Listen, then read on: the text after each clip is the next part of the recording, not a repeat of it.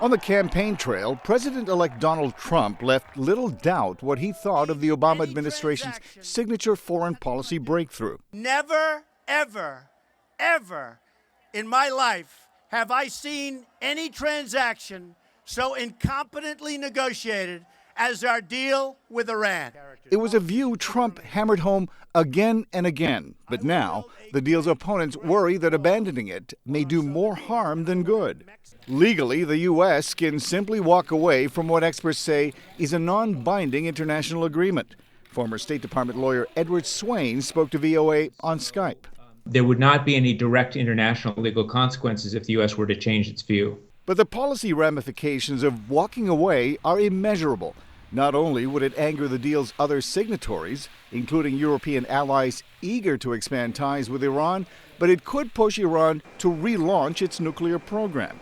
Erstwhile opponents are coming around to embrace that view.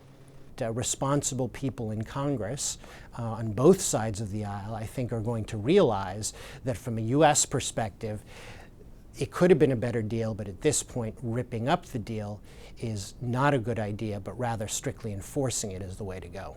Congressional Republicans who failed to block the deal last year are now pushing for stiffer sanctions on Iran, if only to strengthen the Trump administration's hand in any future renegotiations. My sense is that what the new administration is going to do is more strictly enforce the deal, hold Iran's feet to the fire in other arenas, but not tear up the deal, because it wouldn't be, it seems to me, in the U.S. national security interest to tear up the deal.